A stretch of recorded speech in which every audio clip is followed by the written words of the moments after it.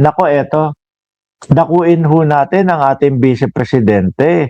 Kasi hindi daw ho niya kilala o wala siyang kaugnayan dito po kay Ramil Madriaga. Oh, paano? Sige nga, may ano kayo dyan sa comment section niya, tingnan natin kung naniniwala sa comment section. Base po dito sa official statement ng ating pangalawang Pangulo, mga bossing, no? Official statement of the false accusation of a certain Ramil Madriaga. Ngayon, napapaisip ako. Ano kaya yung picture na ipinakita ni Ramil Madriaga ho, mga bossing? Yung magka-selfie sila ni Inday Sara Duterte. Di ba, mga kababayan? At saka yung salaysay ni Madriaga ho, mga boss Chief Amo Sir, talagang eksaktong-eksakto naman po doon sa mga napanood natin, doon sa mga hearing. Diyan po sa diyan po sa Congress, kung maalala nyo. O sa yun, sa good governance po yun, mga kababayan. Sabi ni Ma'am Virgie Badiola, denial na naman si Inday. Sabi ni David Perdis, Mark, balita ko, maiihi na sa Consulsilyo si Inday Sara Duterte. Eto ho ang pahayag niya, mga bossing. No?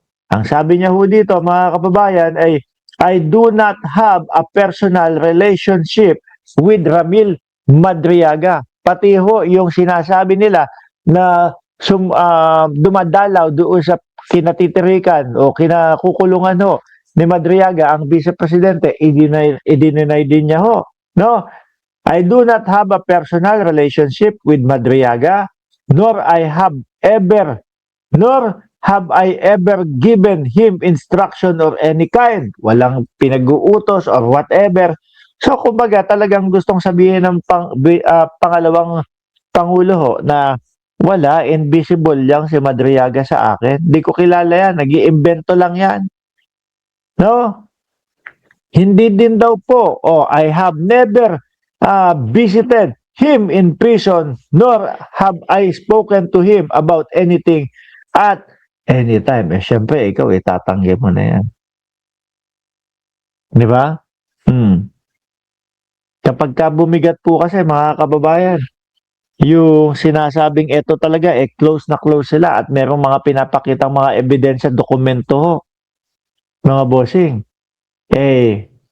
Lalo pong maniniwala ang taong publiko o ang taong Pilipino doon po kay Madriaga. Di ba? The photograph he submitted are unrelated images taken during public event where I was present. Kumbaga, naging parang fan lang ng Vice Presidente, si Madriaga. Mabigat yung mga sinasabi ni Madriaga, di ba? Sabi ni Diego Feliciano, bakit niya pinupuntahan sa BJMP kung hindi siya magkakilala at may relasyon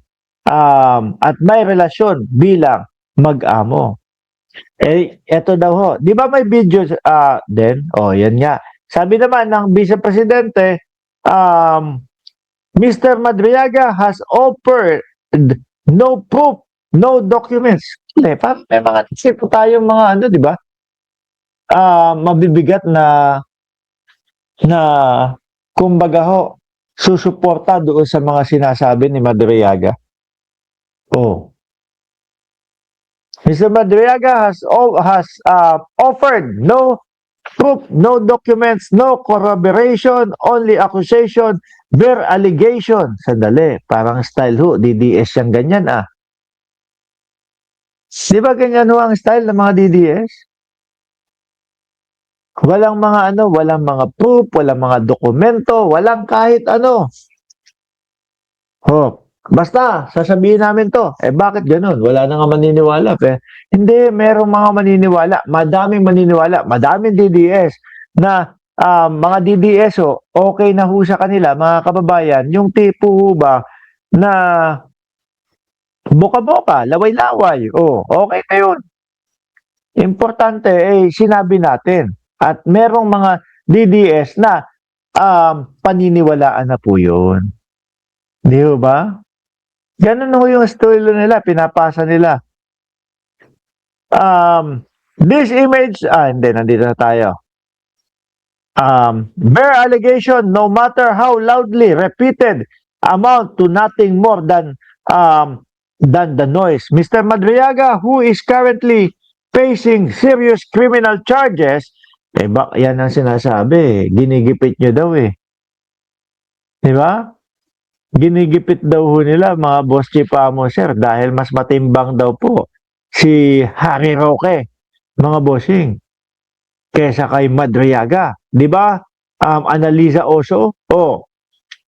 Mr. Madriaga, who is currently facing serious criminal charges and a prior criminal record, appear to be acting out, of desperation to secure his release from detention. He is now disseminating false statement to government authorities as, sandali, hindi pala umuusog o hindi pala nag-move dyan, as,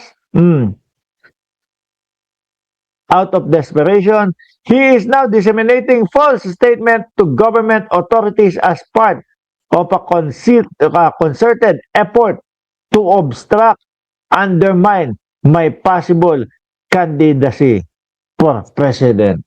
Parang lagi paulit-ulit na lang ho.